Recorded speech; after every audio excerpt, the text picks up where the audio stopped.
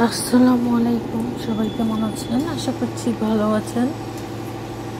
তো আজকে আমি ছোট মাছ রান্না করব। তার জন্য আলু কুচি আর মরিচ কুচি, টমেটো কুচি, হলুদ, মরিচ, লবণ, মশলা দিয়ে এটাকে মেখে নিয়েছি। এবার মাছটাকে ভালো করে মেখে তেল দিয়ে মেখে নেব, তারপর রান্না করব। আর আজকে রান্না করেছি মুরগির মাংস, আর ঈদের জন্য কিছু পরোটা বানিয়ে রাখছি, ফ্রোজেন করে রেখে দিব। তো পরোটা বানানো অলরেডি শেষ, এখন একটু হালকা ভেজে বক্সে করে তারপরে ফ্রিজে রেখে দিব।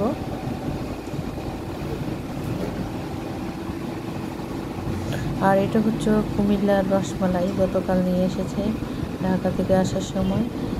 আর বিকালে আজকে খেয়েছি গোট মুড়ি পেঁয়াজ দিয়ে, এত মজা। তো আর এটা হচ্ছে রুটি বানিয়ে রেখেছি 2 দিনের জন্য।